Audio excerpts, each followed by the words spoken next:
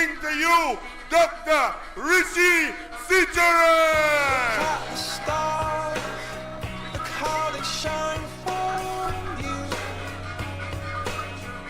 Thank you very much, Anil. Cuba South, I am Dr. Rishi Teir, and I fully endorse the STAR team. My friends, I'd like to first introduce the Tobago Regional Representative, Councillor Kenwin Phillip.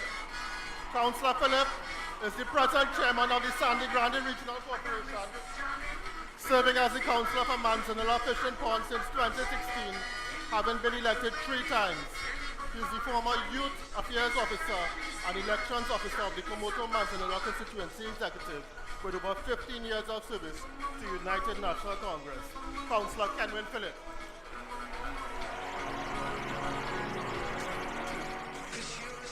We now have the Northwest Regional Representative, Mr. Eli Zakur.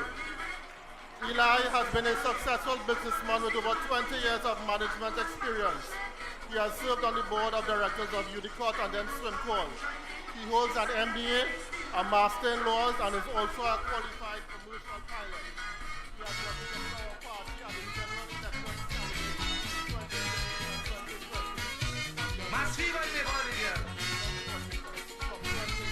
Can't take the hawk.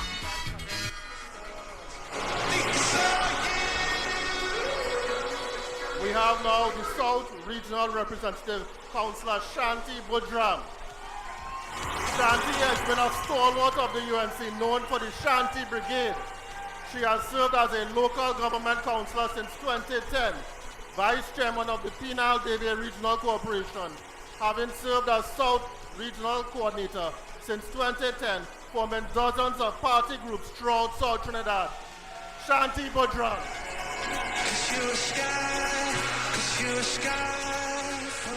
We now have our Central Regional Representative, Member of Parliament, Vandana Mohit. Vandana is the former local government councillor for Kunupia. She is the youngest mayor of our nation's history as the Mayor of Chaguanas. She is the outgoing education officer and the shadow minister of social development in the House of Representatives. Vandana holds a Master of Arts in Mass Communication, New Media, Governance and Democracy from the University of Leicestershire. The young and dynamic Member of Parliament for Chaguanas East, who continues to speak up for social welfare needs of our citizens in and out of Parliament, MP Vandana Mohit. And we now have our Northeast Regional Representative, Member of Parliament Khadija Amin. Khadija has been a child of the UNC who has been placed in handcuffs for defending this party. She was nominated for a local government council at the age of 21 and then elected at the age of 22. In 2010, she became the youngest chairman of the Tunapuna Piako Regional Corporation. Khadija holds an MBA in leadership as well as she is now pursuing her LLB from the University of London. She is also the former Women's Arm Chairman, Deputy Leader, and the incumbent Deputy Chair of the United National Congress. Khadija first started as a senator in the 11th Republican Parliament. Your dynamic Member of Parliament, Ms. Khadija Amin. Thank you.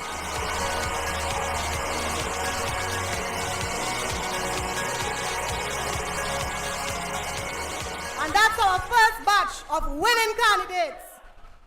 It is my pleasure to introduce to you a man with over 30 years in the corporate world and finance sector, with significant experience having worked at the Central Bank of Trinidad and Tobago for over 50 years. Pleasant good night to all and sundry. Of course, we continue, of course, tonight because last night was not as successful as we would have liked. But, of course, we are determined, and tonight, of course, I will not be before the camera, but certainly we will play what I think is topical, the future of Trinidad and Tobago, and of course that is nestled in the UNC. And so I thought it was important to replay that whilst at the same time we are testing the audio. I trust that the audio will be much more pleasant, and if we are successful tonight, well then tomorrow we will continue, of course, along this vein. That being as it may, enjoy, of course, what I have prepared for you tonight. I will say no more, but I will be behind the scenes with, of course, the technical person monitoring and looking at. As I said, one of the things we are looking at is probably to totally revamp the entire system, which of course will take some more time, and that is something that we really don't have and will not like to pursue. At the same time, please, those of you who are on Facebook, let me repeat, those of you on Facebook, please switch to Alfred John on Facebook, not Love Laventil, Alfred John on Facebook, and you will get, of course, that particular live, this particular live on right now. Sorry about that, but that is the price we have to pay for consistency, or put another way, but because there are those who are prepared to not have us speak out and to do what is right and in the interest of Trinidad and Tobago, and therefore we who are committed and are patriots must not allow the evil to prevail. Otherwise, or put another way, when good men stay idly by and allow evil to prevail, then we would have been doing not only ourselves but our community, our families, and the nation an injustice.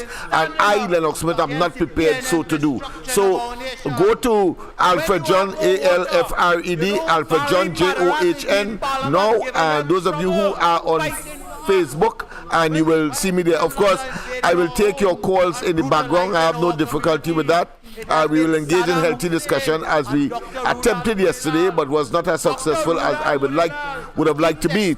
But certainly, so far we are getting some good results. Who knows? Maybe I may well make an appearance visually during the course of tonight. But for the time being, I will stay in the background while assisting, of course, our technical people. Enjoy, of course, what I have prepared for you. Khadija, beautiful Khadija Amin, has been your voice against a failing minister of local government called Faris Alwari yesterday. And we see Ratiram, MP Ratiram has been your voice for the farmers and fishermen in our country. Senator Jolene John is a firebrand on every issue in the Senate. Let us not forget our sister, Jolene John. We have defended you and fought for you, not because it is our job, but it's because it is our duty for this party that we love. We have stood with you on the roads, demanding justice for the barrier divers, MP Indar Singh and his team, and I. We have marched against the destruction of Petrotrin. We gathered with you on every highway intersection, from Pinal right up to the Grand Bazaar, fighting for higher fuel prices. Nobody else did that. It's Kamla Prasad Bisesa and her team. We came to you, community by community, to stand up against the dreaded property tax. It was Kamla Prasad Bisesa and her star team, led by your leader of the opposition. She has fought against Nelson Gate and against the dreaded Commissioner of Police fiasco on the merit list. We have never abandoned you. We have always been at your side, demanding a better nation, because we love you and we love our party. That is why tonight we stand on the star team, seeking your support, not for positions, but to continue demanding justice, freedom, and betterment for Trinidad and Tobago. We have functioned as one of the strongest opposition benches in the parliament, bar none. I hear that the other man who wants to take Chairman Tanku work. Are you going to allow that? He say we weak, the opposition weak, but the PNM ripe for the pickings. I want to tell Larry Lala, the PNM ripe for the pickings because of the hard work of the opposition, that we have created that, and we will do it in 2025. Larry Lala not picking that fruit. We picking that fruit with Kamla Prasad Bisesa. On Friday, the Auditor General report was finally laid in Parliament. This wicked PNM government said in 2023, they spent over $69.3 billion of your money, the taxpayers' money. What did we get for that? We get any roads? We get water? They spent $69.3 billion. That is why Imbert was hiding that report. We have a Chinese fellow called Young. Well, he ain't full Chinese like me. All of a sudden, he know about energy. He has destroyed our energy sector with Prime Minister Rowley over the last 8 years. And when we return next year, we will kick them out, my brothers and sisters. Minister Young seems to spend all his time in Venezuela. I don't know if he dancing the Congo line with Delcy Rodriguez. I ask. And I close, my brothers and sisters. UNC family, it is because of these serious questions, these critical issues, and our serious approach to fighting them for the socio-economic benefit of our country that you must support the STAR team. As we have the experience, the know-how, and the political courage to deal with it. We don't want no newbie. We have the experience.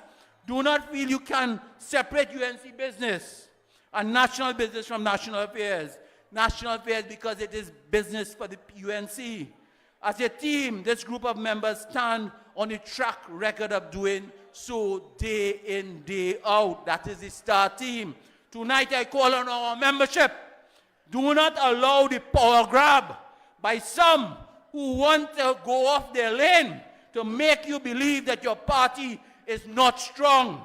In 2020, the UNC stood alone and won 19 seats. We are 2 seats away from government, and no club-side cricket will come and take that away from us. Your party is strong due to the courageous work of Kamla Prasad-Bissessar and many of the fearless, loyal individuals on your STAR team. Tonight I call on you to stand strong with those who have stood with you, and together we will deliver government. On Saturday, June the 15th. Once again, if you wish to look at Facebook, go to Alfred John on Facebook, and you will see us live right now. We are testing the audio. I may put in our presence a little later in terms of video, but we are working assiduously. We are trying to avoid having to revamp the entire system and start all over again, which of course is a task in itself and will take some time, more time than we can afford, and therefore I thought it is worth the risk to do what we are doing now in order to treat with making certain that we get back to some degree of normalcy. So enjoy, of course, the UNC STAR team presentation. I will, of course, do some excerpts of the other team, the patriotic team. But of course, as you know, Kamla Prasad-Bissessar is the political leader, and if she chose her weight behind STAR, then of course STAR is the name of the game. Of course, all other things being equal, we're going to discuss, of course, the other aspects of it, the victory, or should I say the presence of democracy in the party, a party that has led the way, and of course the PNM has followed in terms of some semblance of democratization by one man, one vote, which was introduced by Basil Pandey, and therefore the UHN continued by Kamla Prasad-Bissessar, and of course having called elections on time. There can be no argument that democracy is alive and well in the UNC, and we expect that when they get into office, democracy will also be alive and well in Trinidad and Tobago, and not what is being purported to be democracy by a kleptocratic group of autocratic individuals who clearly have lost their way and believe that Trinidad and Tobago belongs to them. We will ask the question, obviously, who gave Trinidad and Tobago to Eric William, who they are claiming they got it from. Pleasure to introduce members of this great team, and I start with our education officer, Ravi Ratiram. MP Ravi Ratiram, a former UE Guild president, a holder of a UE BSc Engineering and MBA from Angela Ruskin University, He is the Member of Parliament, as I said, for Couva North, Shadow for Agriculture, and we know he represents in agriculture. He served as the party organizer from 2015 to present. Let's hear it for MP Ravi Ratira.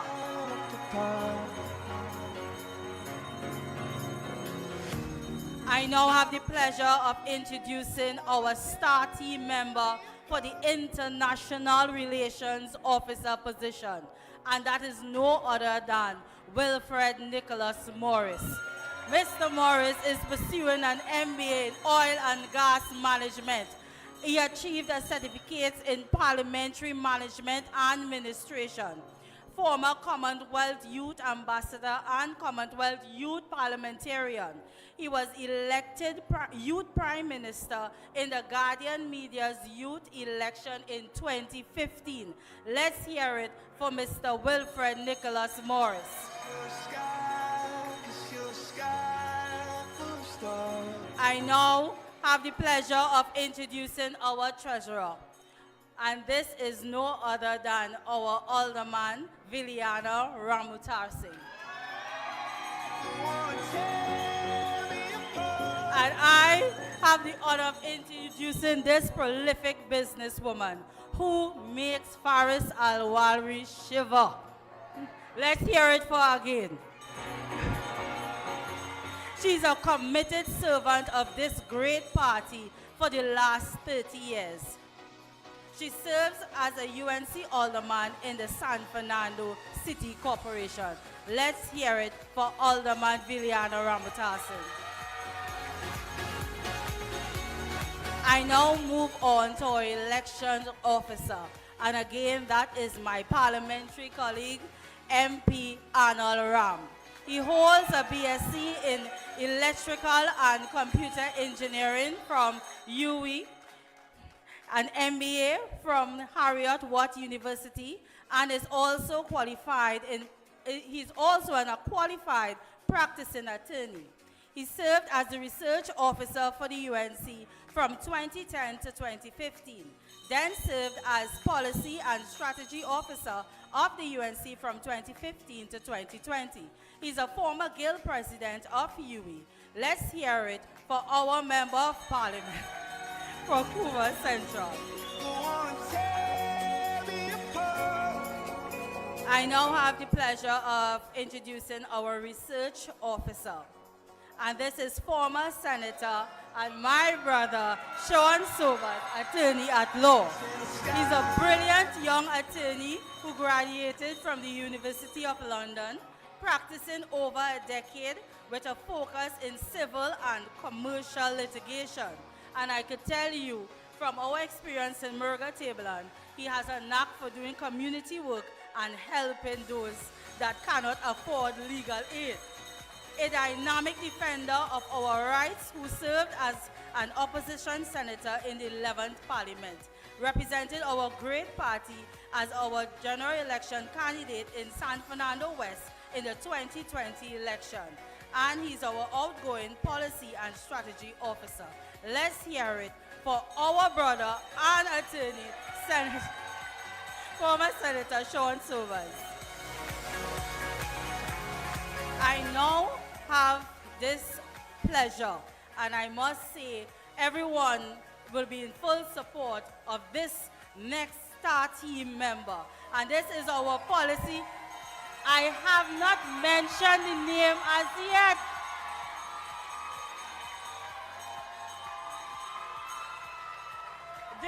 This star just shoot across the stage. Wait, let me mention the name. So I am introducing MP Saddam Hussein. And we all right, so we all can agree he's a shooting star. A brilliant young attorney with significant experience. I want at this stage, of course, to thank all of you, very passionate, those who were critical, but I take criticism in stride. I always see criticism as constructive, whether or not the intention by the orator or by the person who is projecting that criticism, whether they mean it maliciously or should I say, without really any degree of sincerity, they may be cynical, but the fact of the matter is that all of them have contributed to my tenacity and my resolve that we must have a proper broadcast and return, of course, to some degree of semblance. If tonight, as it is looking, it turns out to be as successful as we anticipate, in the background here still tweaking, then of course glory to all of us, the program, and to the level of what I consider to be stick-to-itiveness that is required at this point in time to save Trinidad and Tobago. Young people, take note as to what is required in order to be successful. We go back, of course, to the star team as they make their presentation of candidates for the internal elections of the UNC. Stars, look how they shine for you. Everything you do.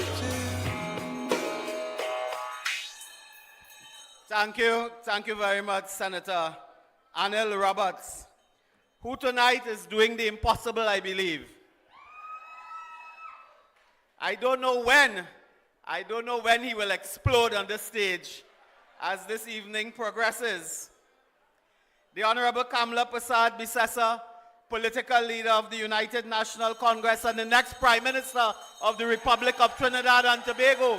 Don't forget, if you wish to call me, you can do so at 337-6940. 337-6940. You can call me tonight. Of course, I will take your calls and engage in conversation behind the scenes. I know that there are a number of issues that needs to be addressed. The whole question of Chris, and of course, and the fact that he has been released on bail, $100,000 bail. I think it's about 11,000 US thereabout it will amount to, and there are a number of other issues, including, of course, the debate that is taking place or will be taking place on Friday on the whole question of the midterm report by the Minister of Finance, but more importantly, the supplemental allocations that is now taking place or has been taking place at the level of the standing committee of the financial standing committee of the parliament. All of those, and of course new allocations, and whether or not that is not just sustainable but whether or not it is justifiable, having regard, of course, to the fact that there is the existential debate about $3 billion that cannot be accounted for, and then it morphed down to $7 billion that cannot be reconciled, and the debacle between, of course, the sitting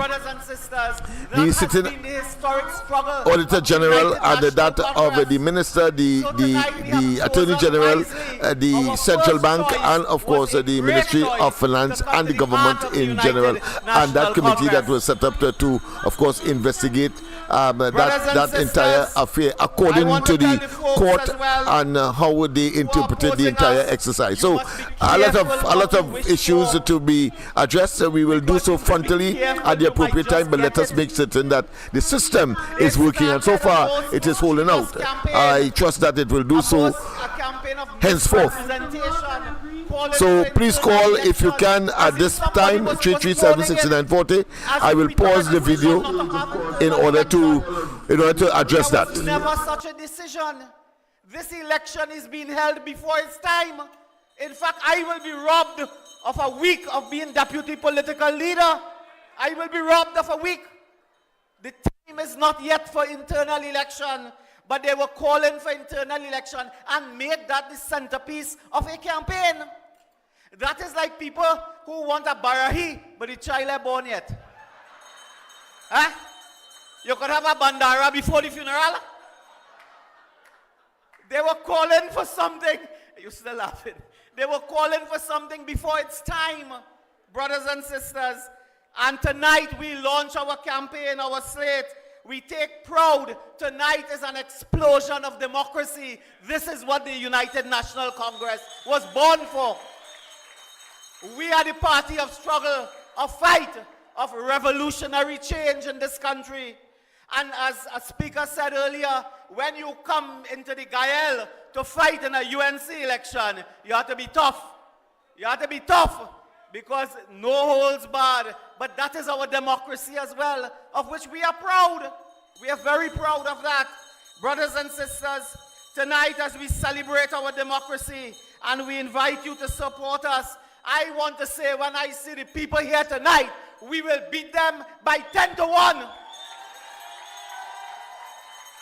No, hold on. Well, of course, we have a caller online, so let me just pause the video so that we are clear in our minds as to. Right, good. So, people, of course, we have pause the video. We have a caller, as I invited, of course, the persons to call, and I'm going to close off, of course, to some other interference in the background. We have so much now.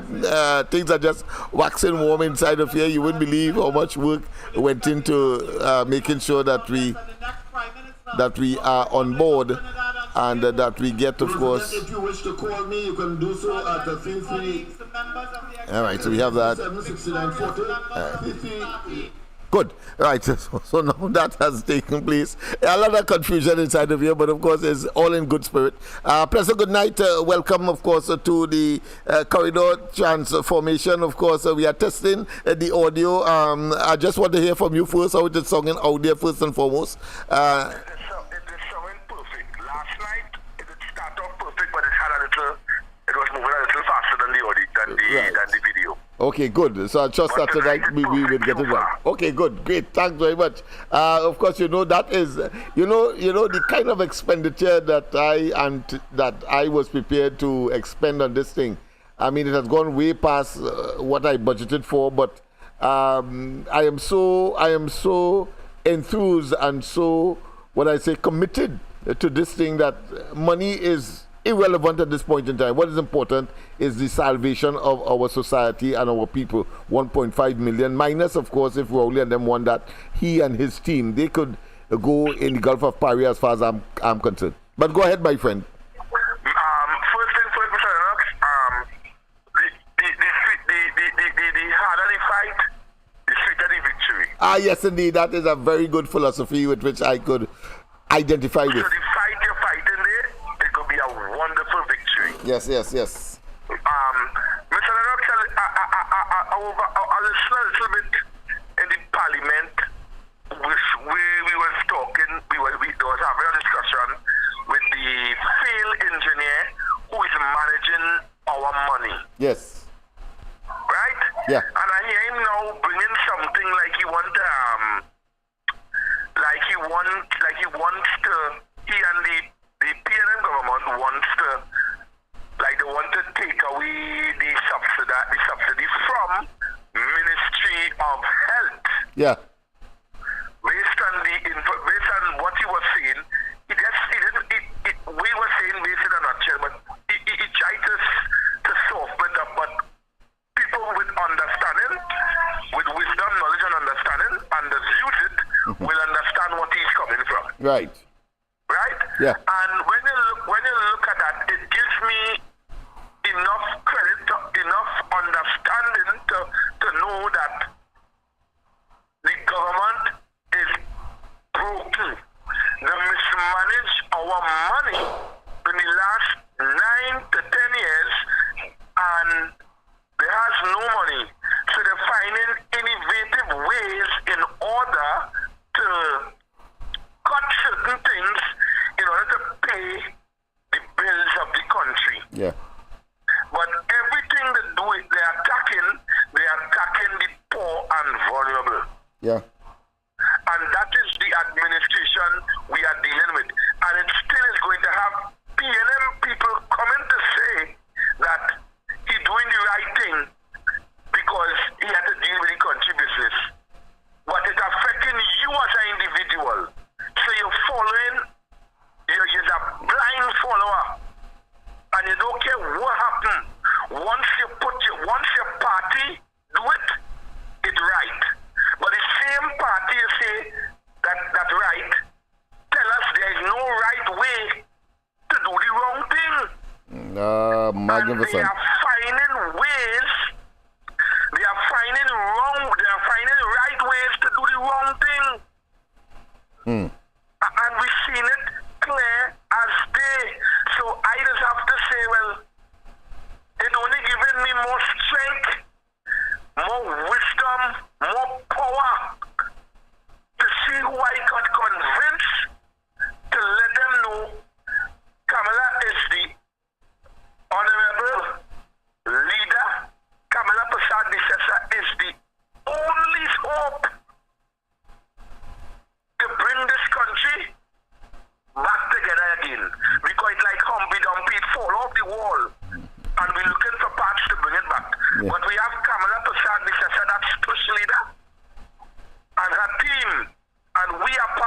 of her team to put this country back in order. That is why it have people like you. I can call you honorable, Mr. Lennox. You are an honorable man. And there are people like you on the airwaves like now fighting to give we an opportunity to make the right choice to get back a little stabilization in this country called Trinidad and Tobago. Because Tobago done, according to Jack Warner, Tobago done gone. Trinidad has to go, and Rowley will be Prime Minister of the and. Mr. Lennox, you have a good night. Yes. I'm taking you in. Thank you very much. Thank you very much once again. Always a pleasure to have this caller call in and to share his views. Yes, of course. Well, he was a bit generous to Rowley there because, of course, Jack Warner meant and meaning that take the Bocas, take the sea, take the Gulf of Paria, stay in the water, but you have no terra firma. In other words, you have no land space for you. Or if you want, as I would normally say, you could, of course, build something on the clouds between Trinidad and Tobago above the Bocas. But to be a person that has any credibility or one that the country would somehow feel opportunity, or should I say a feeling or emotions of instead of misgivings. I think of course he continues to live in a fool's paradise. Nobody in their right mind can watch a fella who provides evil, wickedness, pain, ache, agony, destruction in more ways than one, in multiple ways, at different levels of the society, and then has the audacity, the temerity, and the gall to still tell us that is the best thing for you since sliced bread, but not for him. He goes abroad when he wants medical attention. He, of course, engages, as his cabinet has been, in terms of the recusement, over 500 recusals, but for personal gains, fleecing and manipulating and depleting the treasury of the country, total mismanagement through nepotism. Cronyism and nepotism here means, of course, people connected to the party and connected to them are getting, of course, the ham, lamb, and jam. They don't have to have any kind of serious qualifications because they own the office, they believe, and they are the ones making the decision based, of course, on the hoodwinking of the population, the electorate in 2015 and in 2020. But thank God we are human beings, and thank God, of course, all unfair games will have to be played over. And of course, in the context of politics, there is always an opportunity to come again. And therefore, in this case, 5 years is almost to an end, the second 5 year, and therefore the thing has come full circle. So Rowley cannot deceive us with banana and African, and he's an African, having told us, of course, that he's disappointed, and his party over 40 years had the opportunity to do what? To mend and to ameliorate and to address and adjust the African community in particular along the East-West corridor, because the East-West corridor is the basis on which they believe they can continue, of course, not only to keep the people in ignorance and, of course, see it as a voter bank for them, full stop, and that they could, of course, engage in this kind of despotic, evil, wicked, diabolical, evil, and, of course, totally inhumane conduct. Mismanaging our resources and then come in our faces and say that that's the best you could do, or that the best Trinidad and Tobago can offer. I say to damn them. I say to ask with them. I say, Rowley, you are a despicable, inhumane, wicked, and awful human being, and you and your crew that you have assembled, birds of feather flock together, must now be prepared for being jettisoned from being, of course, eliminated, or for being eliminated or annihilated from the political avenues and the political environment of Trinidad and Tobago. Yes, Trinidad and Tobago. Tobago has already started the process. Yes, indeed, they must be relegated to the dustbin of political history in this country. So I want to thank the caller, of course, for that intervention. I have a little challenge with my personal phone. I suppose that is why he got it. I'm now putting it back on so that those of you who usually will call on my hand phone, I'm now engaging it. So sorry about that. If you made attempts to call but couldn't get me, that was because the phone was off. My son had it today and somehow he exhausted the batteries. But I'm now, I got some charge and I'm now putting it on. But all part and parcel, par for the course, where when you are doing something good, you're going to get evil, whether through the atmosphere or through the principle of evil supernatural interventions. But of course, all of that, in my view, is part of the test to show our tenacity, our grit, our determination, and our stick-to-itiveness and ability to say and to call a spade, and to say to Rowley and they get to hell out of office, regardless of how difficult the task is to get the information out there.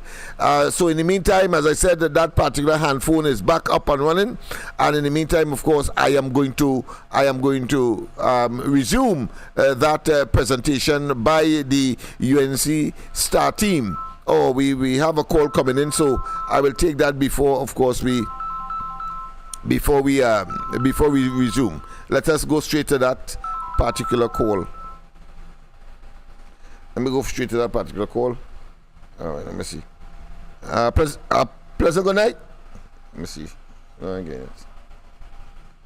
All right. No, it seems that I've lost it. But of course, call back, caller. Sorry about that, but you know, these teething problems pop up from time to time. But I know that the people are conscious and understand the predicament that I found myself in, and the corridor, but not deliberate, not intentional, but it exists, and we have to treat with it. Let's see once again. I'm hearing that call, but I'm not seeing it showing up on the system again. Yes, let me see if I can get it now. Let's see now. Let's see. Come on. What's the matter now? All right. Caller, you have to call. Yeah, you have to call back again. I appear to have missed that. Let me see. I appear to have missed it. All right, I appear to have missed it. All right, it's calling again. Let me see how we can treat with that now. Let me see. All right, let me see. Wow. Let me see. Bram.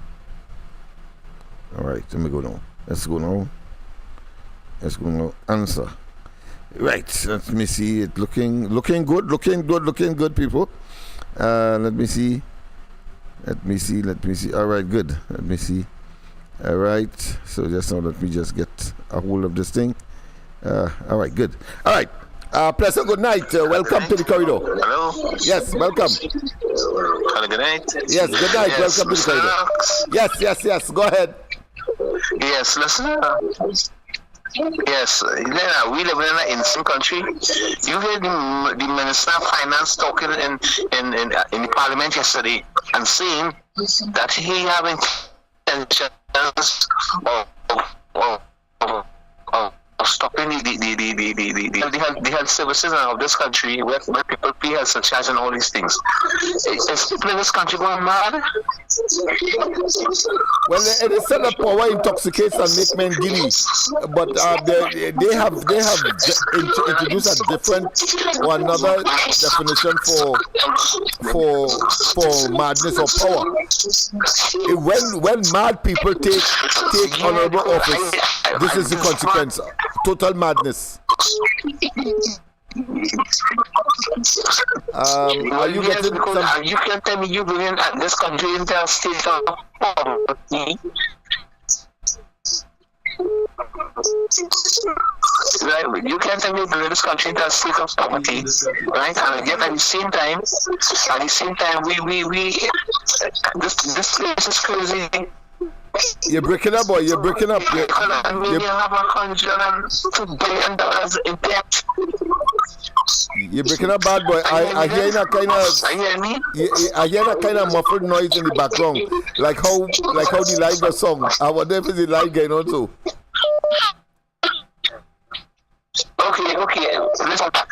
Okay, I'll call back. Okay. All right, you call back. All right, okay, no problem. All right. Let me take another call. Professor, good night. Welcome to the corridor.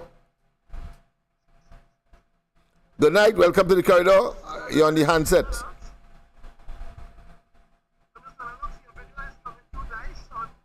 YouTube. All right, good. But Good. just your phone call on the down. All right. As I say, it was down and out with battery charge. So Right. the audio is coming nice and no breaking up and your voice is clear. All right, great. Of course, So we work hard. what I would say, yeah, congratulations on conquering the evil PM. Yes, and all I will say, the instruction, Konoko Philip, hold the rights of the dragon gas in the Venezuela water, and the NGC and British Royal Dutch Shell own the one over here. Want to take on it 2 years at least, but more hardship is to come because they can't get the gas until Konoko Philip settle up. Good night, and that's what he called to tell you. There's some justice coming too nice. All right, Good thank night. you very much. So go, it's about time, boy. Tenacity and determination breeds reward. And I want to tell the young people that as well. Hard work, you put it in at the front end, certainly at the back end, which is the rewards. You're certainly going to get it, and every other thing will be added on. That is a moral. The moral of the story is hard work equals success. All right, thank you very much for that comment. Yes, indeed. Let's go straight, of course, to another call. We have another call. As I said, I'm in the background, but of course, I am taking your calls. President, good night. Welcome to the corridor. Good night, Lennox. How are you going, boy? Well, of course, it has been a frustrating as well as a emotional roller coaster for the past 2 or 3 weeks, boy. And tonight, I'm feeling much better because last night we didn't reach as far as this. And only to hear, of course, the audio starting to give problems. The alternative is to, of course, revamp the entire thing, set up a new system altogether, which, of course, will take time and money, and both of which you don't have and I don't have, in terms of time. But the money part, of course, we could always find it. I'm sure there'll be good Samaritans out there. But the fact of the matter is that we need this service now. Go ahead, make your contribution. And how is it coming across tonight? Yeah, boy. It's a long time we ain't talking. Yes. This country is not a real place. It's not a real place. This man Christmas list, right? Yeah. You know the TTPS calling Interpol and Canada authorities to find if the man have any outstanding warrants on himself. Mm-hmm. All these things for Sedition Act, boy. These people are there for real. Yeah. So look all this shame they're bringing this country into international levy with this man. Them should have just let the man go because this sedition charge is a slap on the wrist now. They think they will put the man in jail and to make it worse, like to make the man spend the whole weekend in jail. It's an attempt to humiliate and say you from a first world country can't come here, of course, are nobody as far as they are concerned, because they are the boss, the authorities here. And I hold the government culpable as well. They are part and parcel of that conspiracy.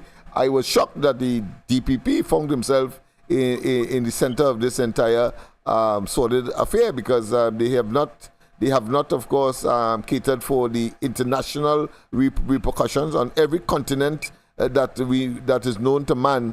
This matter is being, of course, addressed, and I'm putting something together right now. And I run out of space in terms of persons who are concerned about what is happening in Trinidad in relation, of course, to Christmas list, that V blogger.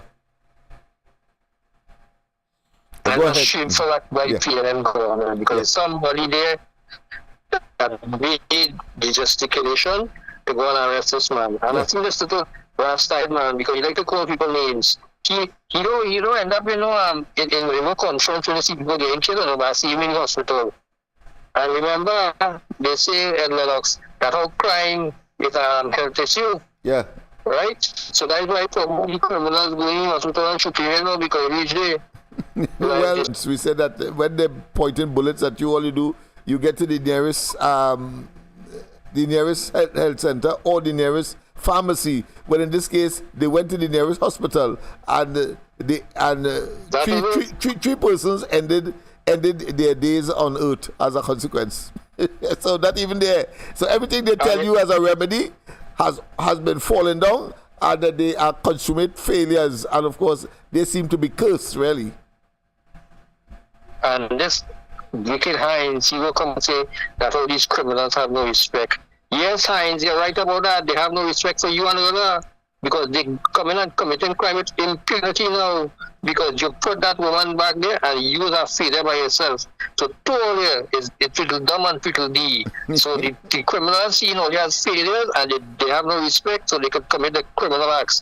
And we, as the public, have to face our music, because nobody in heaven, we here when you put these, these cacophonious fools there, yes, because yes. they say they're for the max. Yes, and I've seen this little impy man here, finance minister, before I go, coming and talking about health issues. He said when he was back in office 20 years ago as the health minister, he spent $1 billion, and today it's $5 billion to spend in health. And all that is to do with all of these medicine and seed. And all these sort of things. We tell you people are living too long. So you want to wean them off that in the future now. So I believe you will start cutting them things, because they can't pay for tomorrow I want to dive into that very, very in-depthly. I want to be facing you all when I'm doing that. So I will deal with that comprehensively tomorrow, but I think I started the process this morning on the ground report. When you see that man start to talk, you have to listen to him, because he's currently hidden agenda in the back. He said that before he was going to give a grant for his children, right? School children. He had a minister with his grants for his children, and it's only how much for you? 10,000. Much for them children, between 10 and 20,000 children gain, it was 60-something thousand children to the gate, and you do a means test, so only a few of them to get. So you seriously that? They go do means test for that, and if you ain't overqualified, you ain't getting none. Watch and see. You're going to wean the people of the government. Remember, Dr. always say, richer they get richer, so that we can prosper. Well, they ain't getting richer, and we ain't prospering. Have a good night, Lennox. Thank you very much. But I want to tell you, it is much more sinister than that. It is a slush fund for the PNM. They have to finish, of course, Bally's House. I am convinced of that. And of course, those persons who are being selected, they don't want to tell the opposition as to what are the mechanism, what is the methodology used to, of course, inviting these people for these special, should I say, financial arrangements, or should I say, gifts from our money, from the taxpayers' money, from the coffers of the nation, but only to say how much they would have processed, how much was given, but not the process by which that was achieved. And therefore, once it's the PNM, we know is always bias, is something that is sinister, and always to benefit unfair advantage that clearly always turns out, as we have seen over the years, to be a faux pas, is a spit in the sky, fall in the face, and a total failure at the end of the day. But that is something we have to contend with until, of course, elections. Let's go to the lines. President, good night. Welcome. Hey, Lennox, good night. Good night to you. How you going?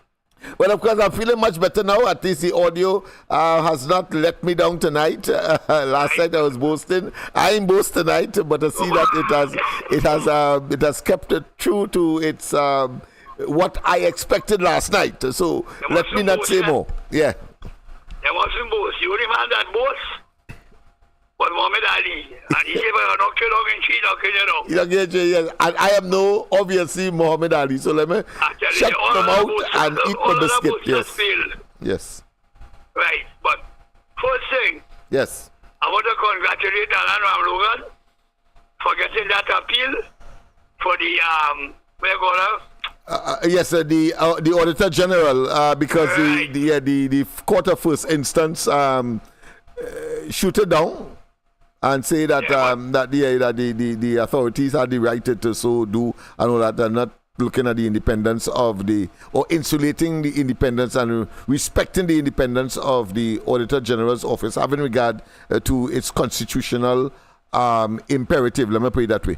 But go ahead. When you rest down 15 points on them, so yes, the judge had no choice but to grant him leave to go to the appeal. Yeah, good. And he will get a quick hearing. Peter Matchcom and say so.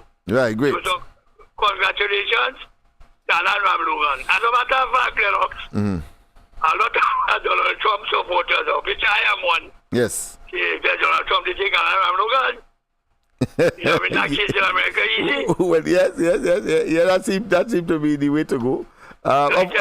Of course, the judge did have some what I consider to be semi, if not convincing arguments, and that is to say that the investigation which they are trying to preempt by virtue of that action taken by Anand Ramlogan on behalf of the Auditor General is that it is extended to the central bank and the employees there, as well as those as Ministry of Finance. That's one. The other argument is that a cabinet now. Imbert told us that it was his decision. Now it is a cabinet decision. So somehow they have backdated, or they have, of course, interfered with the minutes of the cabinet. I don't think we'll have access to that. And if we do, it could, knowing this government as we know, they can engage, of course, in the backdating, because they put people in office that will do their nasty biddings for them. So that's the second thing. And the third thing, of course, is that because it is a cabinet, because the cabinet ostensibly, or the government, is elected to, of course, fashion policies and programs and directions, that they have the sole authority, of course, to investigate a particular institution or circumstance in order to rectify a policy and improve it. But of course, in the case of Rowley, and we know every time they look to rectify or they look to improve, is because it's disaster and, of course, total curse and chaos would ensue. But the court is not concerned with that. It's concerned with what is before them and what are some of the principles. I just want to put that into the go ahead. So but like something going wrong with people, I don't know. Yeah, clearly. Imagine that man say when he was the Minister of Health 20 years ago. Yeah. The health bill was $1 billion. Yeah. Now it's $5 billion. Now without going into the obvious cost of living and everything, where people get old and you know they need their senior and right? Yeah. So I'm going that for a long way. Yeah, definitely. And I said to the last call as well, I started the process this morning by talking about the built-in irony into that statement that he would have made, because of course, if he is referencing to the health system, then one, he has confessed that the government is engaged in, of course, what I consider to be mass homicide, meaning that the killings and in this case infanticide. I'm talking about, of course, the killing of those premature babies. So he has confessed to that, because their policy is to reduce the efficaciousness of the health service. Yeah, right. So we clear on that.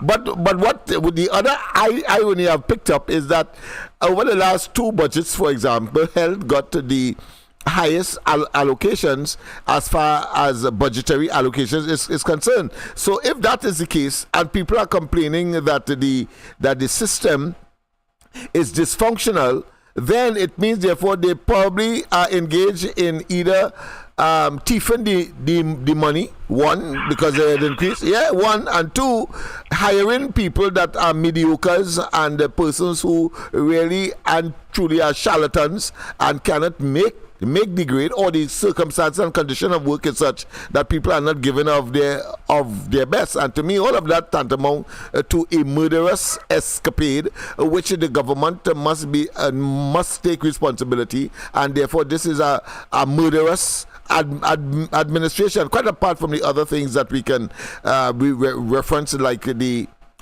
killing of our citizens during COVID, and we can go on and on in terms of the murders that are taking place in the criminal, well, not in criminal, but by criminals, and of course gangs and young people parading all over the country.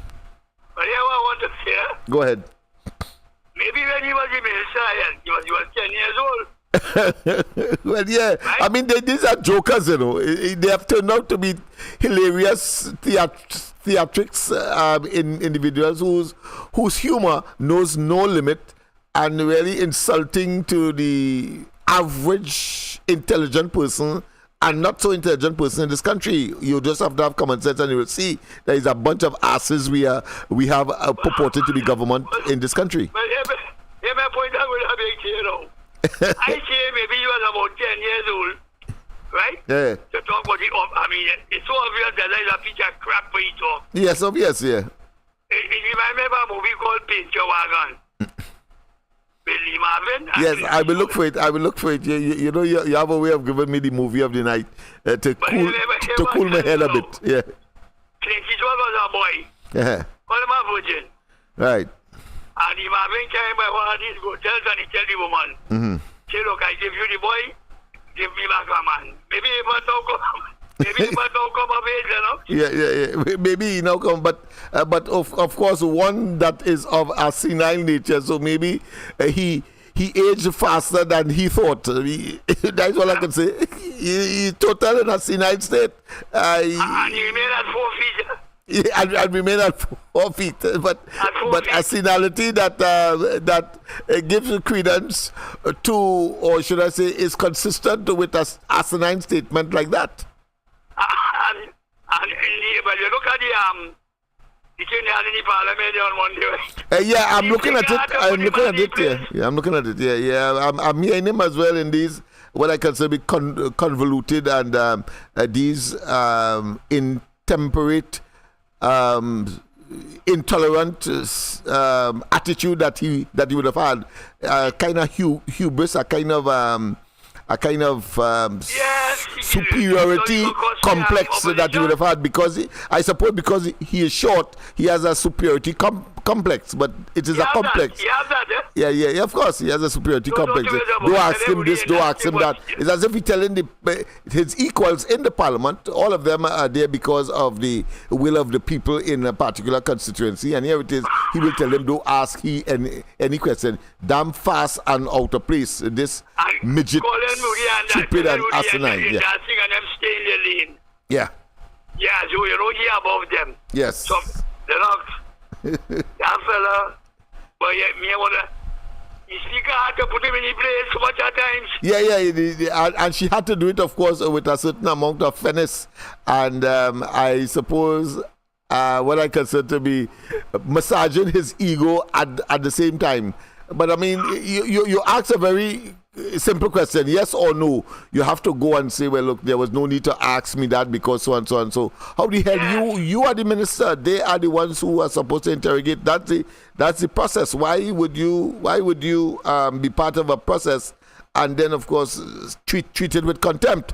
And that is how I see, because he believed that he is more than what he thinks he is.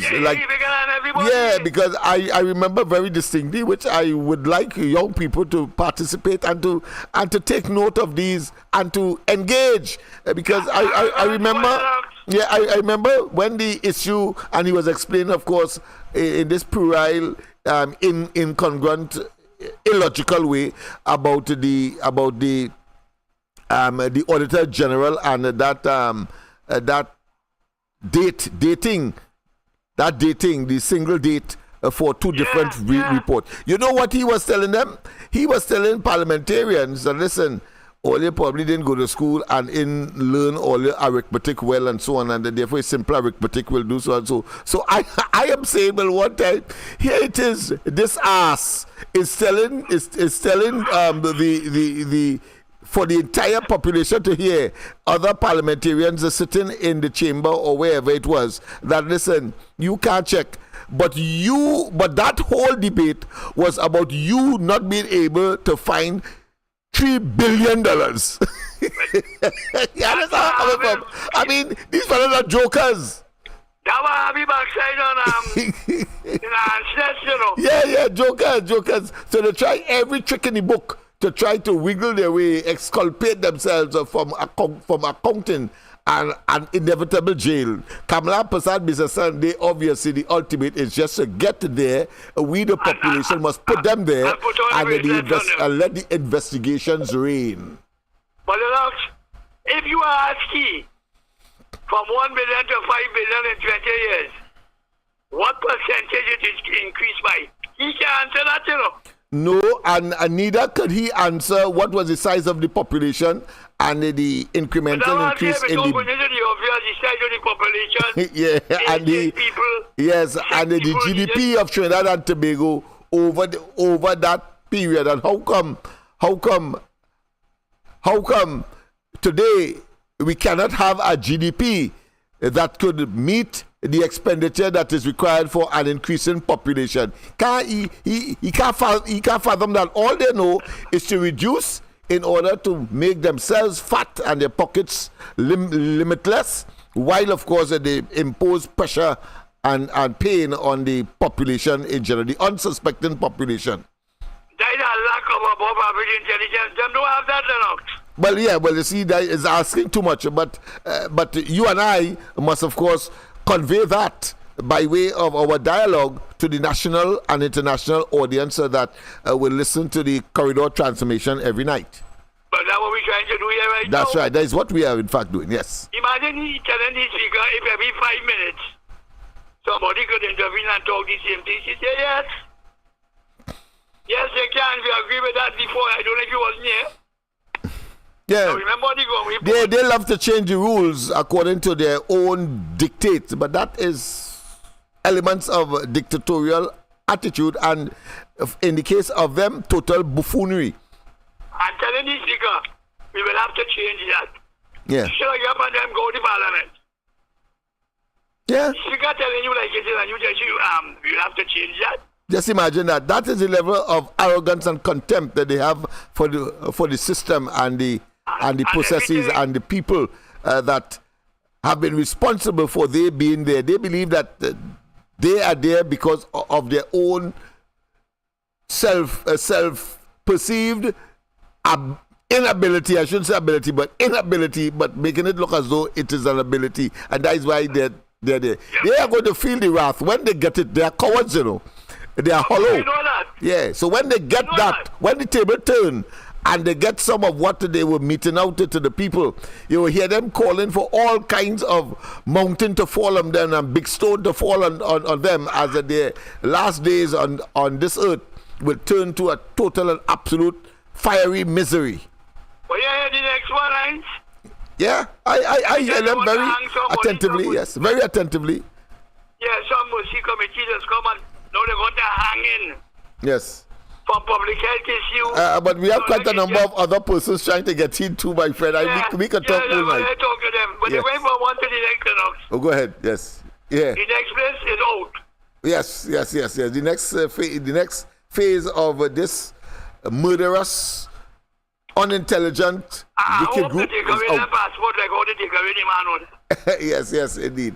All right, let me get to the other caller. Thanks. Yeah, boy, Lennox, you go talk. Yes. All right. Sorry about that caller. But we had a very, very interesting conversation with the last caller. President, good night. Welcome. Let me just make sure what's happening here. All right, I got it. I'm not seeing it now. All right, caller, call back. It looks as though I may not be able to complete this video tonight, boy. Because what's the time now? The time is already, of course, 9:25. And we have quite a engaging conversation, but all of that is designed to at the same time, whilst we are testing, of course, the system to make certain. Let me just take a sneak preview and see what's happening. I remember, I remember when the issue, and he was explaining, of course, in this. Right, so of course, that is a little test again to see whether or not what we just did, because we have we have built in a monitoring system inside of the studio, so we can know what you are getting out there, because what we are delivering from the studio, from origin, it will take some time for you to get it out there, and therefore we would be able to monitor by having, of course, a simulated system in studio. So that is what we have done. So listen to what transpired earlier. I'm sure you'll hear it in the background as well. Let me just put on the speaker. For the entire population to hear other parliamentarians are sitting in the chamber or wherever it was, that listen, you can't check. But that whole debate was about you not being able to find $3 billion. Well, people, of course, that was just discussed earlier from the engagement I had with the last caller. President, good night. Welcome to the corridor. President, good night. President, good night to you, Mr. Lennox. Yes. And to all the slave catchers. Yes. Mr. Lennox. Yay. You know, when you check it, right, on the stimulus of the economy, right. When they talk about 2020, when the EBC gave the PNM the second term, and Rowley and them started to downsize the workforce, and they used COVID to close it and decimate the working class. Yes. We getting the effect of it presently. No, you've seen where the shortfall of revenue of NIS and health surcharge, and where the personal allowance who have to pay the taxes, right? You can see that the working class in this country is no longer 95% or 85%. That man boss, as you say on your last video last night before we get problem, the economy has turned around. It turned around. And we're doing better. And because of our gas deal, what they didn't get, no, the chicken coming up the rooster, $7 billion in education, and then they're asking for more money. Then you're talking about $150 million and more for lawyers, and they are the same set of people put Mr. Anderson and Jerry Randy in court saying that it's spending over too much. Mr. Lennox, I only hope that the PNM supporters understand that when the day has come, although they have a friend working in the hospital and in the dispensary, if they don't have the medicine in the dispensary to give them it in front of our next person, they can't get it. Because this man give them, so he said he's senior citizen, when he reduced the gas subsidy, he will share equal amongst the citizens, the senior citizens. How much I don't get? Then you come and you talk about the traveling to Tobago, you raise it. You see what it even every single thing. And yet still, no robust, no economic prosperity or project to keep the economy going. Mr. Lennox, the next thing coming is that no children, when they go to school, no toilet paper, no nothing, that will work. Everything else. As is the case in the hospitals now. In the hospitals now, people walk with their own sheet, the pillow, and of course, I understand that toilet paper and sanitary napkins as well.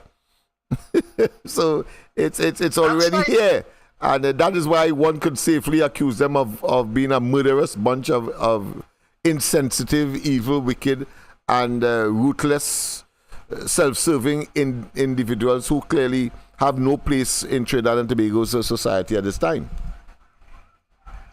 And the citizens are not waking up. Because just imagine, 50% of the females. Caller, just hold on a bit. I have someone else on the next line. Go ahead, Ms. Faizabat. Okay, yes. Are you finished? Yeah, yes. And 50% of the females can't get sanitary napkin. Yeah. Mr. Lennox. We are in a shambolic situation. It's shambolic, yes. The indicator showing this is a failed state. Yeah. Anyway, Mr. Some Lennox, people are asking unsustainably so. Nice. If this is a real place. Thank you very much, of course. Let's go straight to the other call. Pleasant good night. Sorry about that, but we had another caller on the other line. Go ahead. Good night, Lennox. Yeah, good night to you, my friend. I see that your tenacity, just as me, has brought some rewards. Well, Lennox, let me tell you something. Yes. If people really take stock of what is going on in this country, Yes. the country crash. Oh yes. The economy. People are saying on a sustained basis that this is a failed state. It's only Rowley and the delusionary and illusionary. Of course, they're suffering from what is called manic depressive psychosis. People who have lost sight of reality. But go ahead. Lennox, now look at it, and I'll draw an example. Yes. I heard on the news tonight, the Port of Spain City Corporation, the workers, they're protesting. Yeah.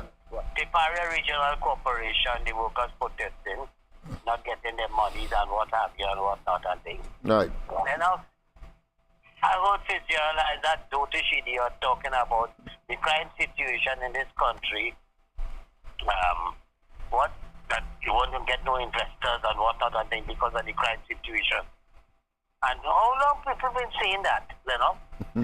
But Mr. Puna, sorry to preempt you, but more than that, if that is the case and your job is to prevent that from happening and therefore cause investments to come in, then you are unpatriotic if you do not make plans to get the hell out of office by either attempting to renew your mandate and of course extinct yourself.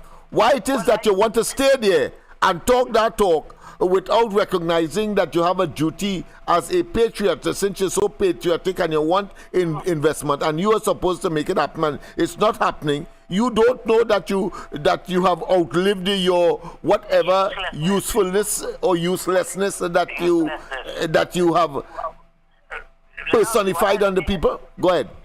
Now, you look at this thing very obvious. Because me and Kid Rowley are not talking tonight about speaking to the opposition with the crime matter thing, you know. I said they're willing to talk to the other part. I say, well, what you serious? You serious? No, that will only because they are faced with the Hobson's choice. When they find themselves having no choice, it's part of a political survival. They go into political survivability. And that is all. I trust that the opposition leader doing well already on her own by having these crime talks in the community. I might say participated in, I think, in the last one. And I think it will be a travesty if Rowley is allowed to get any traction in terms of wanting to speak. Let him say that he wants to speak now, but everybody would know that he didn't want to speak because of the way that he moved the goalposts and the conditionalities that were never contemplated at the commencement of these so-called overtures that he made for having discussion with the opposition. Example for your friend. Yes. You remember the PNM under Patrick Manning, they said about, you know, what was it, the pension, I think it was when he said, it's not an entitlement, it's a grant. Yeah, it's a grant, yes. He converted it to a grant, in fact. Right. And we see now that all the subsidies and in terms of health, education, and all that thing is being removed, you know, in a subtle way. Because what the poor people would normally benefit from, these are subsidies, like for the healthcare thing. You want to tell me healthcare is the number one, is the priority of this country. I mean, security is important. But once you don't have a healthy nation, Lennox, we will serious trouble. And you want to tell me that you want to review that, remove subsidy, and in fact, poor people, so what, according to people only, who they're dead then. Is an evil bunch we are dealing with of miscreants. They are criminals. Let's not waste time with that. They are murderers. That's what they are. You just, this notice from Fitzgerald. You are paid a big salary. You have a commissioner of police. You have Rowley as the head of security council. You have all kind of different things in the police service. This tactical unit, this crime suppression, this and that, and all different kind of units. But you begging people to come out, and if they have information, you offer $100,000 reward for anybody with information to come forward on the land killing with the 4 people and the hospital fiasco. Do you want people to dead because people are afraid to come and give any information enough? But even that too is a farce, my friend, because here you had a situation where a person of international note came here and got information and went where you fear and was exposed to the kind of arms and ammunition that these marauding young people have in their possession, whether for gang purposes or otherwise. And you don't know, you ought to have had a better public and personal relationship with this person so as to add what he knows and what he has gathered to your arsenal of intelligence so that you can move much more forcefully and much more assertively and much more precisely on these elements. You don't know that. Instead, you have created enemy, and every single continent now knows Trinidad and Tobago is a place that has dictators or aspiring dictators at the helm of its affairs, and they are wondering whether or not Trinidad and Tobago is a real place. That will, you know what that will do? That will prevent people from wanting to come and invest in this country, because that is the point I'm making, yes. If you don't have proper thing, because you know who comes into power and play in this enough? The DPP. Because the DPP is the one who would instruct the police. Yeah, I said it this morning. Why did the DPP cause himself to be hoodwinked, or put a more appropriate word will be entrapped into, of course, making a decision that has such international repercussions, anti-Trinidad conflagration? I mean, it is a burning situation. It's as if we were placed, due to no fault of anybody else but our own, in hell. Well, the Canadian government ain't going to take that easily. Of course not, and the gentleman himself as well. Right. And why I'm saying this, Lennox, is this. Because if it is you had so much things on your table, remember the same police on them who went and arrested Brent Thomas in Barbados. Yes. Then one of the police officers, which is the woman, I forget her name, and you made her deputy commissioner of police. Yes. And all these kind of things. So it just goes to show you, this whole country, the police service is in a mess. And everybody, the PNM appoints who they want to toe the line. But I am saying this, if these people feel that they're going to use the public to come out and give them information, they lie because they're getting paid. But they got it from the Canadian, they got it from that man. They had it there in their hands. They could have gone on the internet and see it. So they didn't have to be so antagonistic and so aggressive and so stupid that you have someone who you could have recruited, whether directly, indirectly, or psychologically, to assist you in your efforts, because I'm sure what he revealed, they couldn't find that. Right here on George Street, Nelson Street, and so on, flat land, less than half a kilometer in length, and I suppose it's square as well in width. And they can't find the guns on them that this man was able to highlight genuinely on his YouTube page. So let's not waste time. These fellas are total asses. Rowley, Hines, and so on are asses. They don't understand the opportunity that they would have missed, and at the same time jeopardize Trinidad and Tobago's across the board economically, socially, and risk the possibility of isolation of Trinidad and Tobago as a very, what I consider to be, unhealthy place. As an international report in fact said that Trinidad and Tobago is sixth worst, or should I say most violent country in the world. Because you want to tell me you don't have a crime plan, you don't know how to go about to do a, set up sting operation and all this kind of thing, Yeah. I mean, we had to be really joking, and the guy would have, as you said, would have been able to supply all your... Yeah. You know, I'm sure that is crucial information. And they're so wicked. You know, they could still use the same information. But of course, it will be no use to them because they are accustomed getting information and they simply fall down. And only when they get by chance they discover something, they come and say is as a result of intelligence survey, and they give a time as well. They have so much belly and they're so dishonest. They would say a particular time frame in which they were making these surveillance. And when you look at it, the big man himself doesn't get whole at all. But of course, only what I consider to be the simple individuals, and those are the lowest rung of the food chain. Well, what will be frightening is that when the matter, it went to the court, right? But the court have not ruled on it yet, hasn't it? No. Right. He has to go back, and he has been, of course, remanded in the custody. Well, not in custody, but in the presence of his lawyers. His lawyer has taken responsibility for his reconnaissance. What's going to be shameful enough is if that the court rules in his favor. No, it can't be. Let me tell you here now. That's nonsense. That's superficial. To generate a conviction in that, he has to be. You have to prove that he was inciting some kind of upheaval against the government.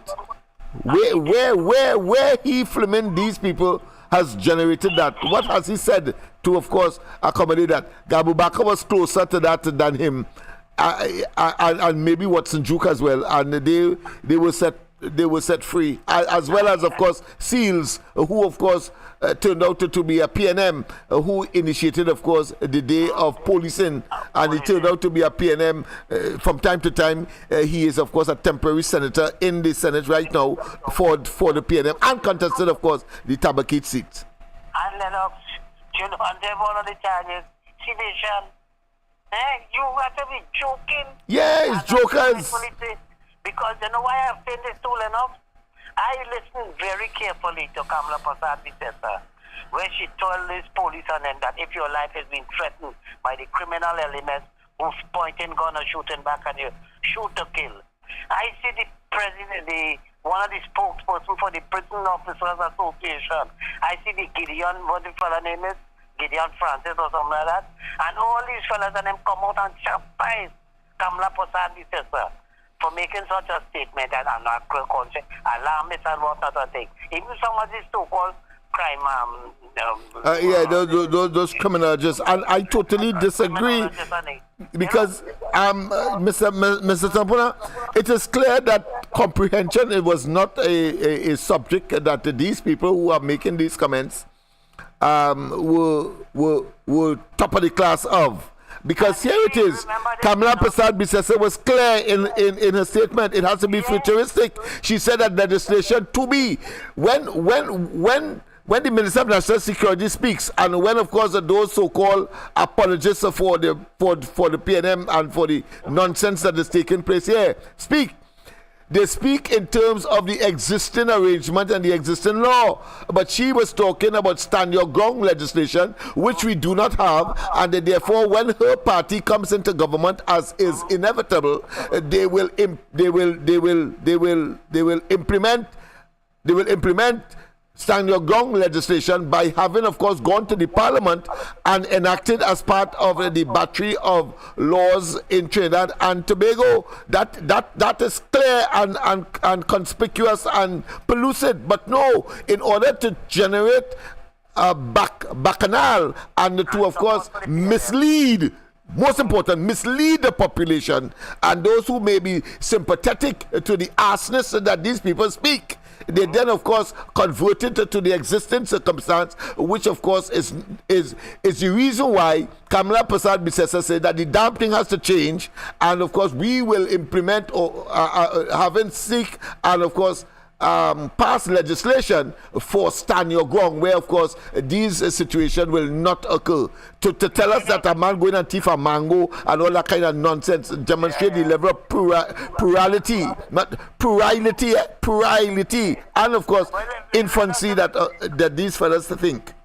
Let me wrap up here now. Go ahead. What Yes. I say is this, that when they talk, all these people who talk, Yes. it is Kamala Prasad Bisesa, the UNC more so, who had the interest and the well-being of the police service. This is why they kept down crime and whatnot. Yes. Because why?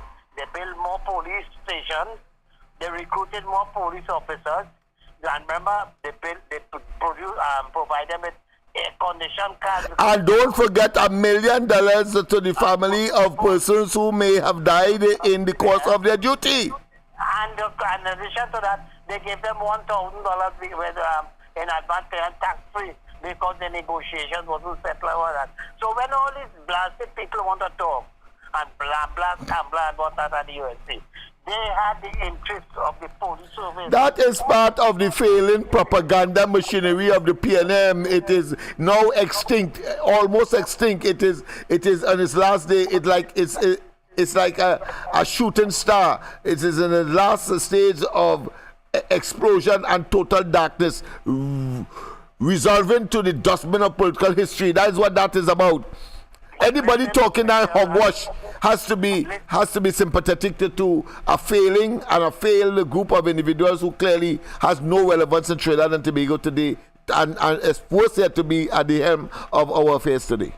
Well, listen to President Lines tonight, Lennox. Yes. It really convinced you more that this fella is a damn idiot.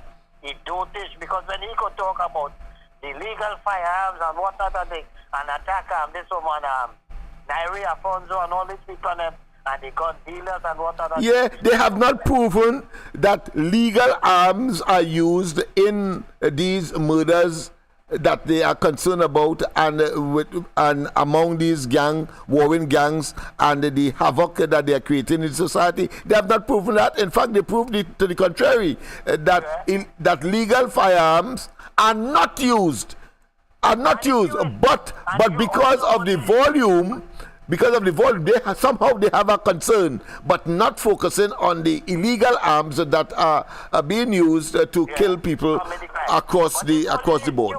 If only issue license firearms for citizens, they will help to keep down the crime rate and will help all the police. Because when people... It's a bunch of nincompoops. They can't think that far. I keep saying so. Yes. Yes. Thanks very much, of course. I thought I should keep you on, not only because of your truncated contributions on the ground report, but also I think you always have some interesting discussion that could be elaborated upon. So thanks very much for that intervention. Let me go to someone else. All right, Lennox. Yes. Yes. All right, let's go to someone else. Of course, we have someone else. Yes, indeed. Let me just make certain. Right, okay, let's go. President, good night. Welcome to the corridor. Hello, good night, Mr. Lennox Smith. Good night to you as well. Well, hallelujah. Finally. I tell you. Yeah, we have a very, very talkative. Nah, man, he can't be going on so. And always accusing me. I find you just put all kind of rules for me. No, you have no rules. So you feel that I will cut you off? Don't ever think that. I ain't talking cut off. I ain't talking cut off. I talking about this have all kind of rules for me. When I reach a certain level, you just be talking in a kind of way, and I know it's me just be talking to. Well, I don't know. I don't know when you're all on a man station, he does be saying all kind of heavy words on the man station, and his warning after warning, his ears the warning. Well, he could do. Oh gosh, man. He could use the heavy words on this program. I talking to he straight, and I know he listening to me. Yeah, he listen. Yes. But I want to tell him he could use those heavy words on this program, not on the ground report. I want to make it very clear. You cannot use that. I stopped calling Rowley, and let me say categorically, Rowley is a rapist and a pedophile. About you. Yeah. Don't go across to that. No. I'm just saying to him that I can't use that I can't it's use all that. kind of warning he does get Canada here and everybody else here putting warning for. Yeah, but I can't use that on the ground report as much as I like. To tell me how to talk. Right, go ahead. I call in these programs a long time, Yeah. and I have rights. Hey. Yes, go ahead. Comment to this man Christmas list now. Yes. Well, I looking out to see if the Canadian embassy will give up that passport to them, because the judge ordered that the passport of him may be kept surrendered to the authorities. Yeah, that's right. Yes. No, that is the embassy. As the embassy have it, he left it there. Right. Right. So that is the property of the Canadians. He's just the holder. They have rights. I That's want right. to know and see if they will deny that. Yeah, don't be surprised that this government doesn't know what it's doing. It has no diplomatic finesse, and it will continue. The government, well, the judge. Well, I want to know. Well, the judge make the decision, but the authorities to whom it is to be handed is a different entity. The judge made the decision. Right. Yeah. But whether or not the Canadians will hand it up, because they will have a counter argument that this is the property of the Canadian government, for example. I can see them saying that, and therefore no judge in another country could tell us that, as a representative, the direct representative of the country where it was issued, could ask us to hand up anything belongs to us, because even the piece of land that the embassy is on belongs to the country where the embassy represents. That's to tell you, police can't even go on the gesso. Yeah, the country, there where the embassy is, that is Canada. That's right. Canadian property until the people can't enter people's embassy. That's right. So if that happens, it's bacchanal and confusion. Yes, so let's see how that pans out. That case might end right there and then on Tuesday, you know. You understand? I don't think. Well, I think they owe it a duty to everybody concerned for it to happen. The police may not want it because they want to prolong it and hoping, like this government, that things are going to fit. Is going to appease, things are going to settle out with attrition. But in this case, no, it's 5 continents is concerned about what has happened to this man, and the barbaric nature of Trinidad and Tobago. People now looking on the maps to see where Trinidad and Tobago is. And if it's some part just off Africa, or Central and South America, where of course these kinds of, should I say, leaders exist and government exists. That's how Trinidad and Tobago is being seen. These fellas and them have bitten off more than they could chew now. It is 5 continents looking at Trinidad and Tobago in a negative light. I know. Remember, I was telling you last night. Yes. I really wishing for the ambassador to tell them they're not giving up the passport. That will be very interesting to see what will transpire. Because this government is a corrupt government. Yeah. This thing that they have the guns banned, legal firearms. You know that we are on a list of countries that are corrupt. 35 countries they ban these. The United States. Yes, Trinidad and Tobago is one of those countries where a firearm of a certain type will not be exported to. Yeah, you're right. Yes, they're not exporting it. That's right. Yeah. To licensed firearm dealers. Yeah. So, it's pressure for businessmen, Yeah, well, the business community in that regard is very, very upset. To Ian Allen, and he talk about the circumstances for these businessmen who wouldn't be able to purchase firearms in a time. And when this set here sell out with the firearms dealers, is nothing more. Yeah, so that's a closed industry. You see, everything Rowley and they touch, they don't think it through. so that it's always something ephemeral, something temporary, but always leading to some kind of disastrous end.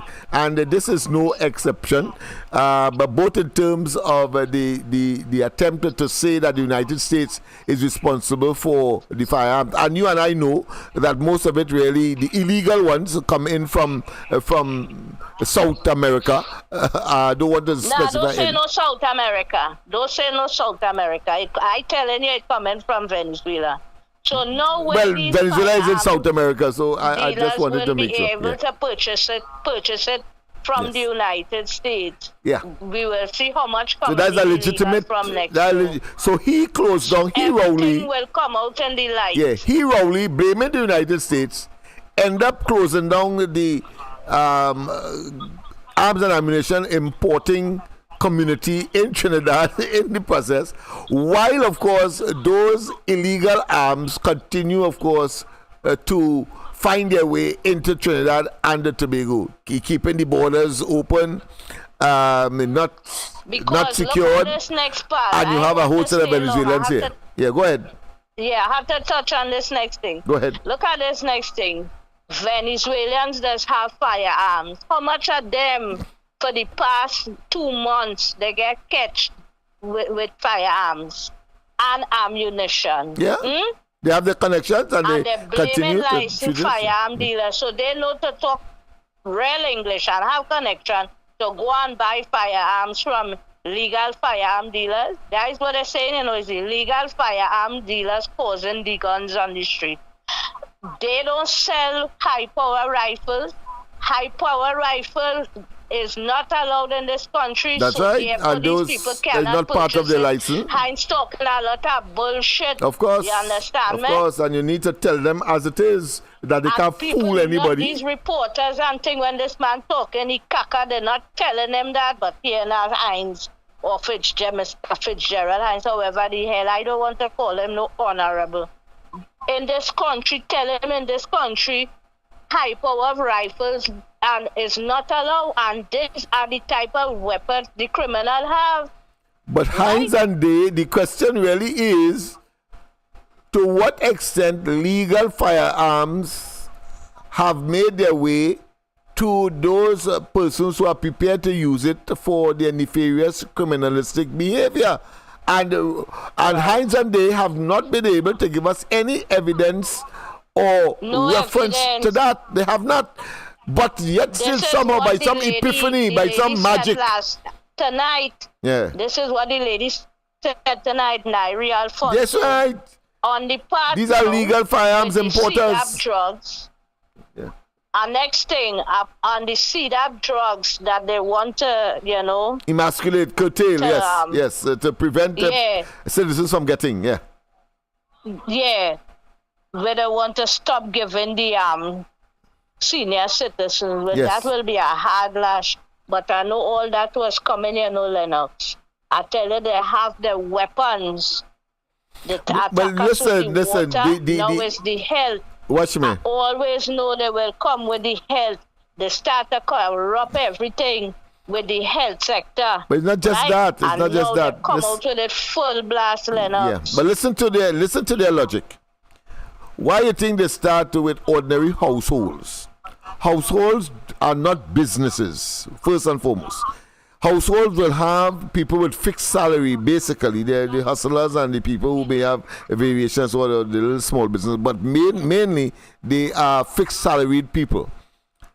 But what is enticing to this government, because of their evil intent, proclivity, and tendency, and their focus, is that there is 400,000 households in Trinidad and Tobago. Understand that. And therefore, when you compare that with businesses, is if you have 100,000 people doing business in Trinidad, that is plenty. So the focus there. So if they could get an extra $200, $300 from every one of them, it is a large sum. Understand the principle. They don't care whether or not they have increased simultaneously and with immediacy property tax, to put more pressure on the private person or the fixed income earner finances. They don't care about that. They don't care whether they will add on, of course, they will add on electricity, add on, of course, water rate, and we can go on and on, transportation, etc. That is the nature of the murderous group that we're dealing with. But go ahead, my friend. Just one more thing. How it have a strain with the drugs to distribute, to these pensioners and even other citizens, right? Poor people who go to the hospitals and, they would get free drugs from the pharmacies there at the hospital. Yes, from the dispensary in the hospitals, right. What's something, who have us in this kind of situation? Them Venezuelans. Lennox, they getting free healthcare as well. And these people are vain people.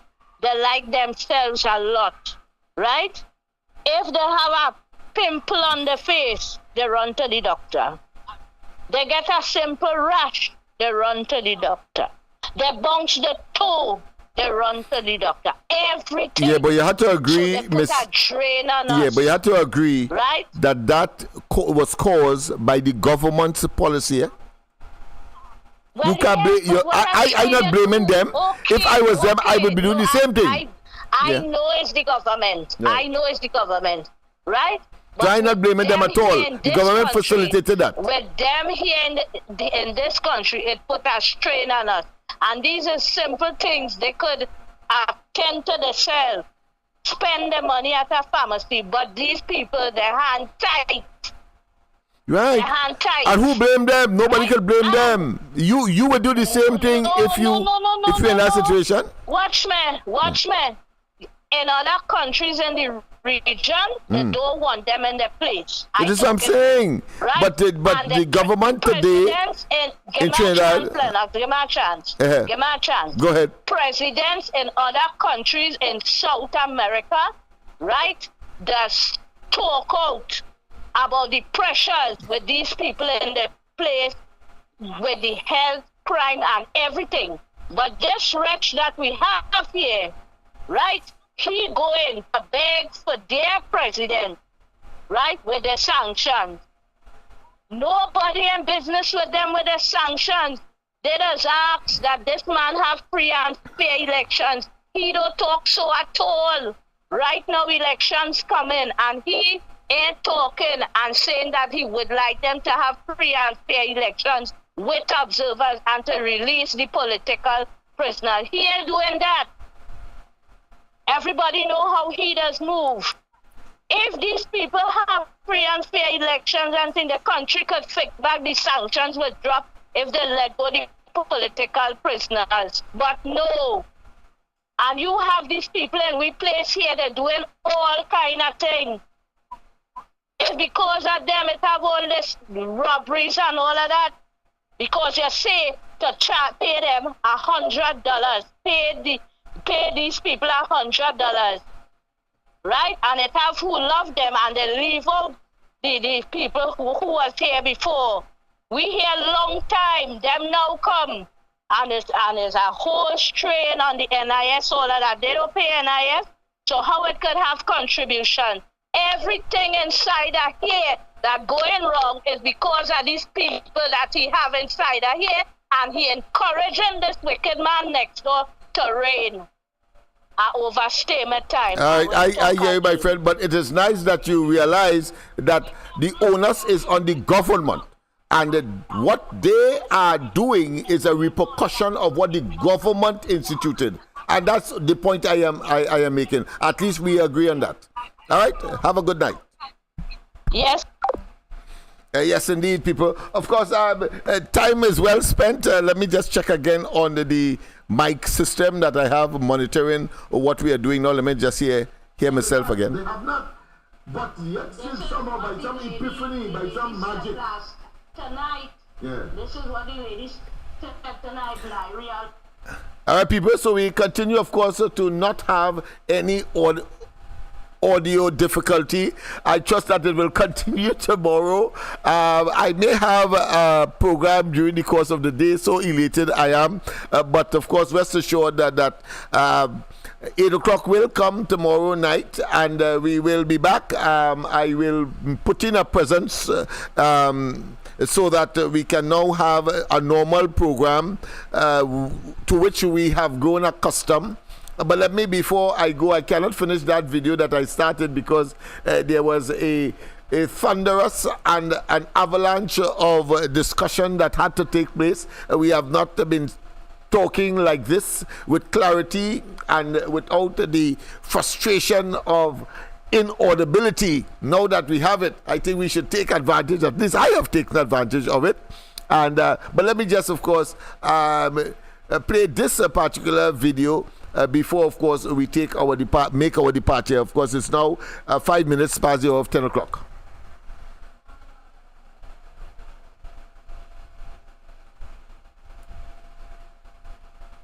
As I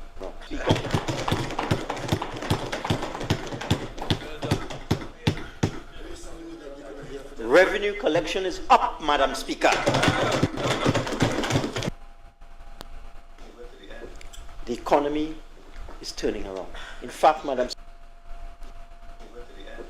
the economy is turning around. In fact, the economy is turning around. In fact, listen to this madman. The economy is turning around. Listen to this madman, and you're surprised? Economy what transpired in Parliament recently? In fact, Madam Speaker, it has turned around.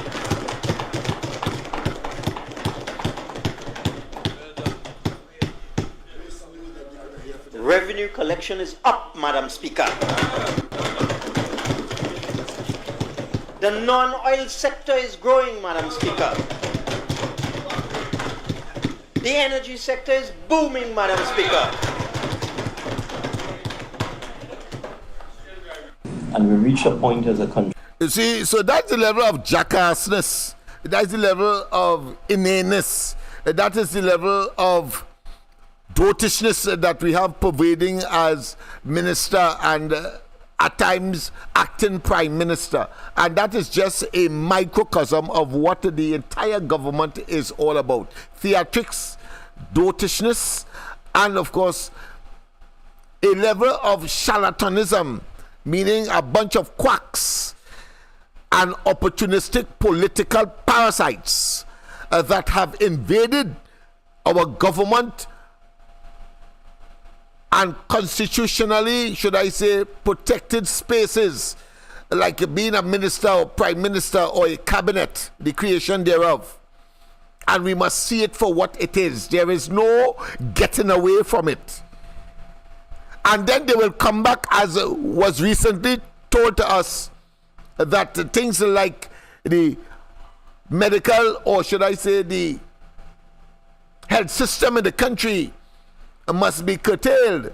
But yeah, this morning, of course, I spoke of the ironies that I'm going to elaborate on tomorrow, because I want to focus tomorrow night on this statement made by this fella called the Minister of Finance, an arrogant son of a gun, who, of course, suffers from a clear case of short man syndrome.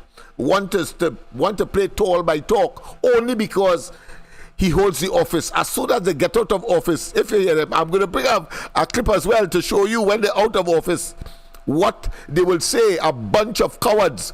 Rowley, Hines, Ibsworth, and all of them, a bunch of cowards. But only when they get into office, after they hoodwink and deceive, and then believe that they could ride roughshod and act and conduct themselves illegally, and of course abuse the rule of law. Abuse the rule of law, meaning that the law is not they are not subjected to the law, the separation of powers, and of course infringe spectacularly and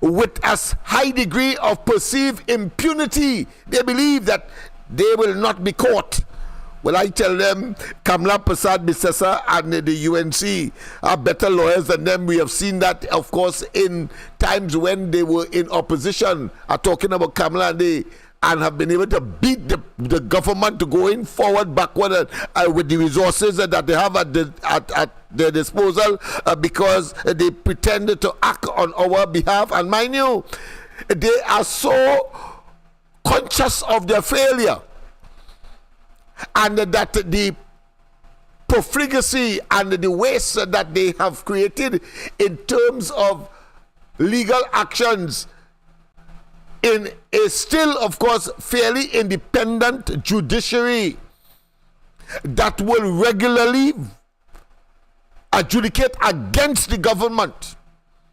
And today, they do not want to tell us how much money they would have paid for clearly representation in court by, of course, so-called legal luminaries and representatives, and for briefs to these people of an exorbitant amount, so much so that they prefer to have it as a state secret. But no, we have the ways and means of getting the information. I myself, I think, will get into the fray by, of course, writing to the attorney, to the permanent secretary in that ministry, asking for information on who got what and when. And of course, who knows? The Privy Council may well be the order of the day to get that information.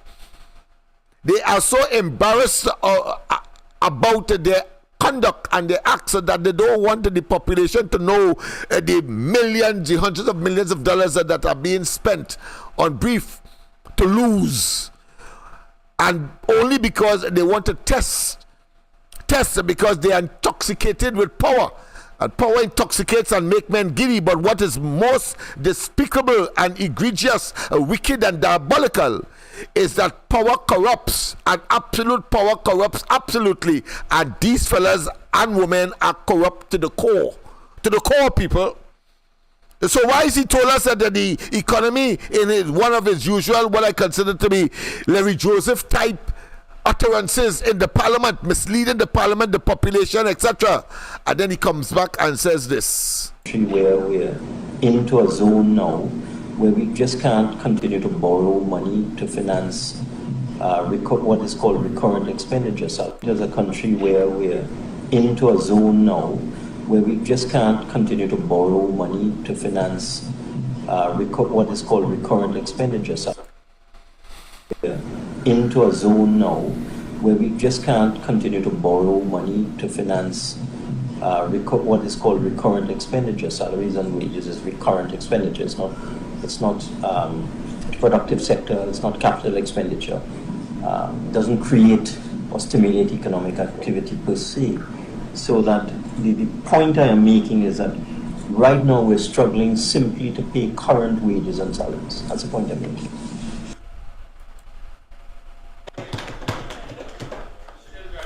And we reach a point as a country where we're into a zone now where we just can't continue to borrow money to finance what is called recurrent expenditure. Salaries and wages is recurrent expenditure. It's not productive sector. It's not capital expenditure. Doesn't create or stimulate economic activity per se. So that the point I am making is that right now we're struggling simply to pay current wages and salaries. The economy is turning around. In fact, Madam Speaker, it has turned around.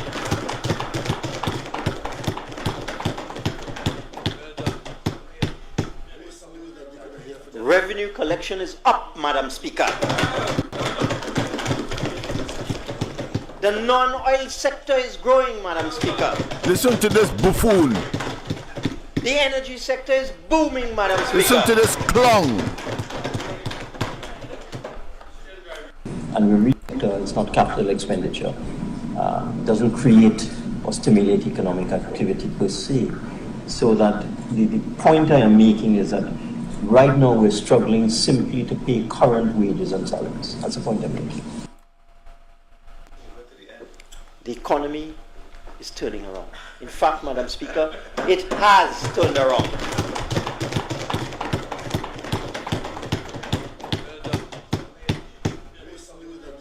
Revenue collection is up, Madam Speaker. Shut your ass. Just annoying and inciting, of course, persons to do what they are thinking about you fellas. That's all I would say. But people, of course, we have come to the end of tonight's exercise. Let me just play a little for you of what was just played so that you have an appreciation and as to how you are getting it out there. This is how our monitor is conveying it. So I trust that everything moves smoothly tonight. It must be curtailed. But yeah, this morning, of course, I spoke of the ironies that I'm going to elaborate on tomorrow, because I want to focus tomorrow night on this statement made by this fella called the Minister of Finance, an arrogant son of a gun, who, of course, suffers from a clear case of short man syndrome. Want to play tall by talk only because he holds the office. As soon as they get out of office, if you hear them, I'm going to play a clip as well to show you when they're out of office what they will say. A bunch of cowards. Rowley, Hines, Ibsworth, and all of them, a bunch of cowards.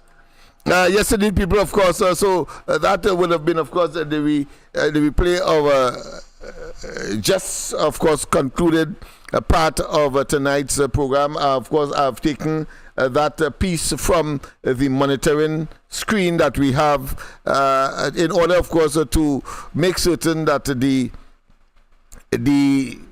voice of a robot, we can monitor that, and from time to time it comes on, and then, of course, we'll be able to, in real time, and consistent with your own reception, we'll be able, of course, to know what you are seeing out there as distinct from what we will be projecting from the main board or the main facility that we have in studio here on George Street. Yes, it is now, of course, 16 minutes past 10 o'clock. It was nice doing it for you, and I trust that tomorrow night we'll have even a greater time as we, of course, conclude tonight's exercise. I want to say it has been a distinct pleasure.